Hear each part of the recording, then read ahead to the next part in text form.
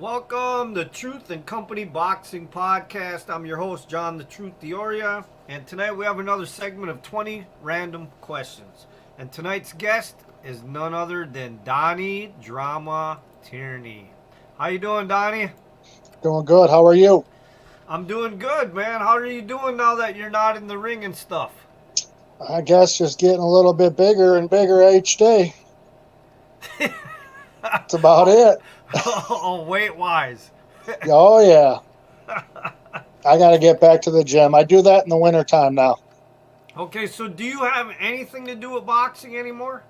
No. If I would, it would be if Jesse Garza would have something going on. Then I would help him out. That's about it. Okay, so do you miss it at all? Some of it. Yeah. Some of it I do. Um, Other stuff I don't. Let's put it that way. Oh, no, I get it. I get it. All right, so you ready for these random 20 questions? Yeah, shoot. All right, question one. How did you get involved in the sport of boxing? And, well, I have a lot of people in my family that did it, going from my uncle to my dad. Um, when I was younger, I did a little amateur stuff. Never had amateur fights, but I have a little different path into the ring. So, also my cousins on my Mauer side, or my mom's side, is Joe Mauer. So they own Mauer Chevrolet. So I am working up there, and a guy named Jim Morissette knew a guy named Bob Stein. I knew I could fight a little bit. So basically, he hooked me up with Bob Stein, which probably is not around no more. But uh, got in the gym. I think I went up to Rice Street Gym, started training. My first fight was at the Target Center. So totally different direction than anybody else, really. So you didn't have any amateur fights. No amateur fights.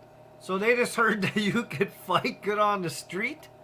Basically, I really didn't know how to fight until Jesse Garza came around, to tell you the truth. But somehow I won these fights. Yeah, you're right. That's a little different than some other people's paths. Oh, yeah, way different. Way different. All right. And how many years did you end up boxing? God, man. I would say about 8 years, but you know how fights go. We have an opponent, don't have an opponent, then have another one, then don't. Then you're off the card entirely. So it's kind of how it went for a long time, actually.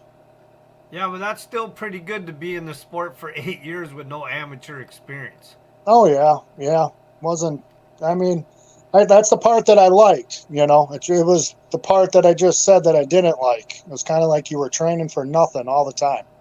Okay. All right, question two. Did you have any hobbies outside the sport of boxing? Well, played hockey for quite a while.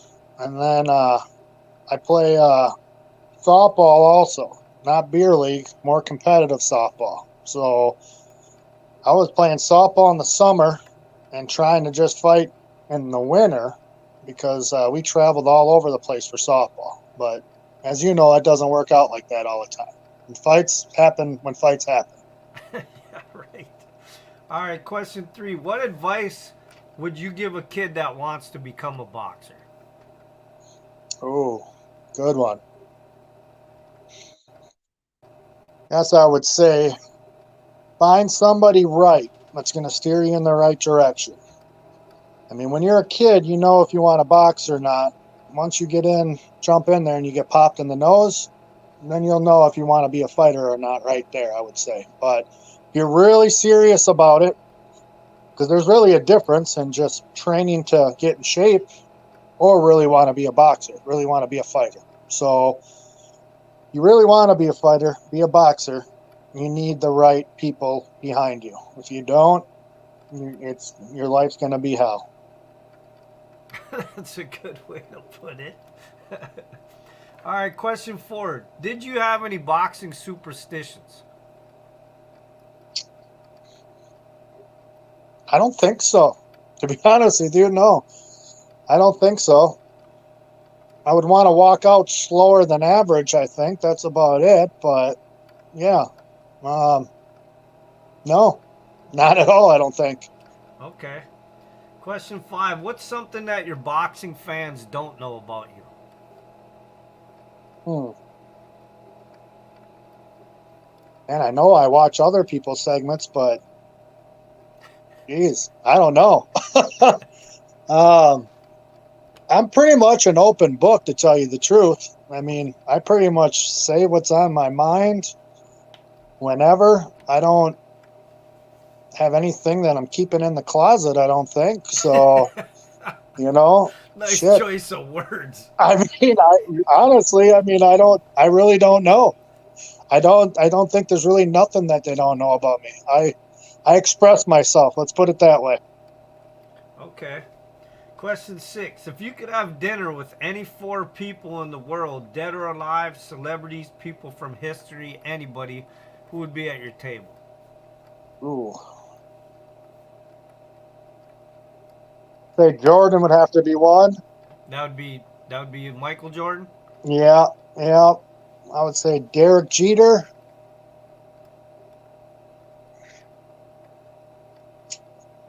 I think I would throw Shaq in there. Shaquille O'Neal And then how about Tyson? and Mike Tyson. Nice. That's a good table. Hopefully there don't end up being a food fight. Yeah. All right, question 7. What's the one thing that you hated the most in training? Oh, I would say sparring. I mean, I like sparring, but I didn't like sparring. I think that's where a lot of people get. I think people sometimes spar too much, right? And you see a lot of, punchy people out there. And I don't think it really has to do with wars in the ring. It has to do with wars out of the ring in the gym over I and over and over again. I agree with you. I've heard that from other coaches as well, that they believe that that's where a lot of the stuff comes from, is in the sparring. Yeah. I don't think those headgears, they protect you from cuts and whatnot, but you still feel the shots, right? And then you're doing it 3 times a week, getting ready for a fight. And yeah. So I would say, yeah, that would be probably the worst part. The best part and the worst part, I would say. Okay.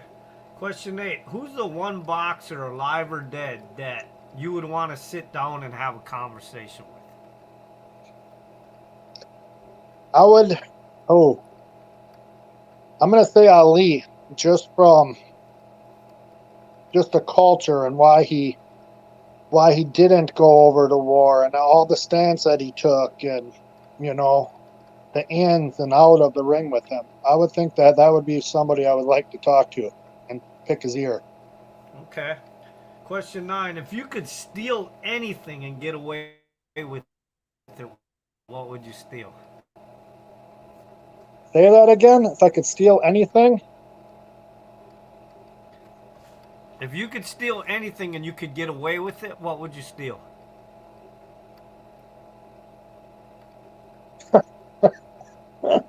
Do you write these questions? Yeah. Oh shit. Man. I don't know. I guess a whole bank. I don't know. A whole bank. The whole vault. Everything in the vault. He said the whole bank. That's pretty greedy, man. Well, shit. He said if I can get away with it, I might as well go big. The whole bank. Just load it up on a flatbed and take the whole bank. Exactly. Take the whole armored car too. All right. Let's see. Where are we at now? Question 10. Do you have any phobias? Phobias. I would say bats. Bats in the house. That's a phobia. You can't catch those things when they're flying. So I would have to say bats for sure. Okay. Question 11. Who's your favorite comic book, cartoon, or movie villain?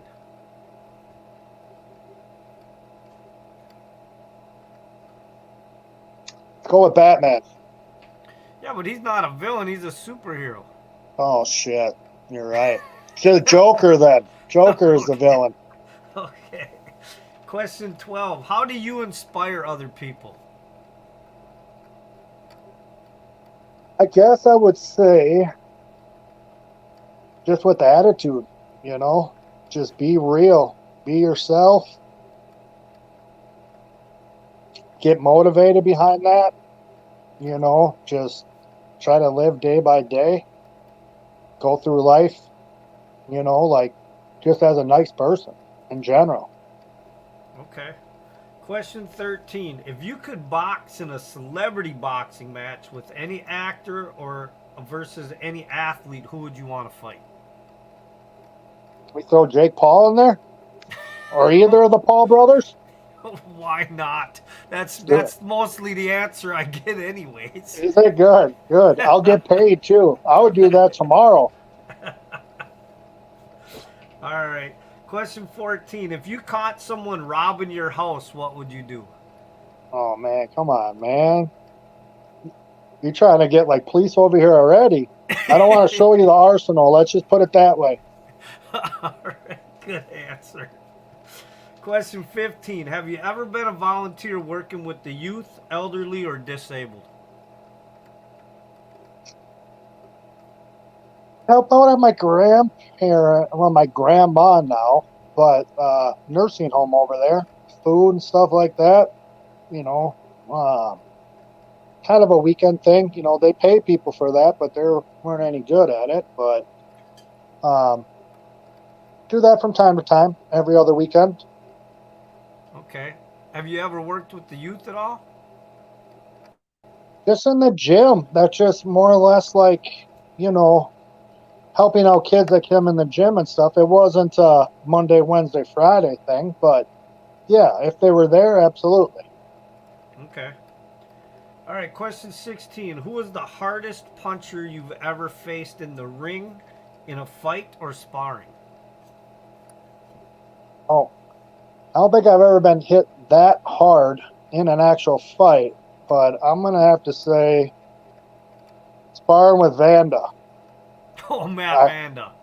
It was right at the end of one of the rounds, and I'm telling you, I walked into a straight right hand that really, if you can see, did a number on my nose still. Still got to crack that thing back, but that's probably one of the hardest punches I ever ran into in the ring. Okay. Question 17. Why did you box? To be honest, I wanted a change. I wanted to see how far, I could take it. Money. Just do something different, I'm just sick of the 9-to-5 stuff too, but, just see how far we could take it, Like I said, I think if I had Jesse the whole time, who knows? Who knows what we could have made, but if he was around, I think my career would have been a lot different. Okay. Question 18. Who's the one boxer that you would have to get a picture taken with and possibly an autograph if you ran into him? We're going to have to go with Mayweather. Floyd Mayweather? Yeah. Okay. Question 19. If you had a Super Bowl party and you could invite one NFL player over to watch the Super Bowl with you from past or present, who would it be?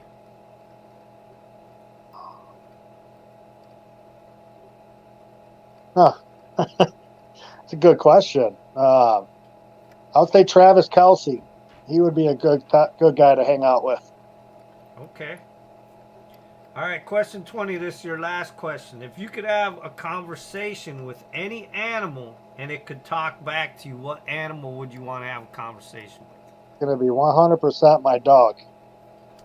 Absolutely 100%.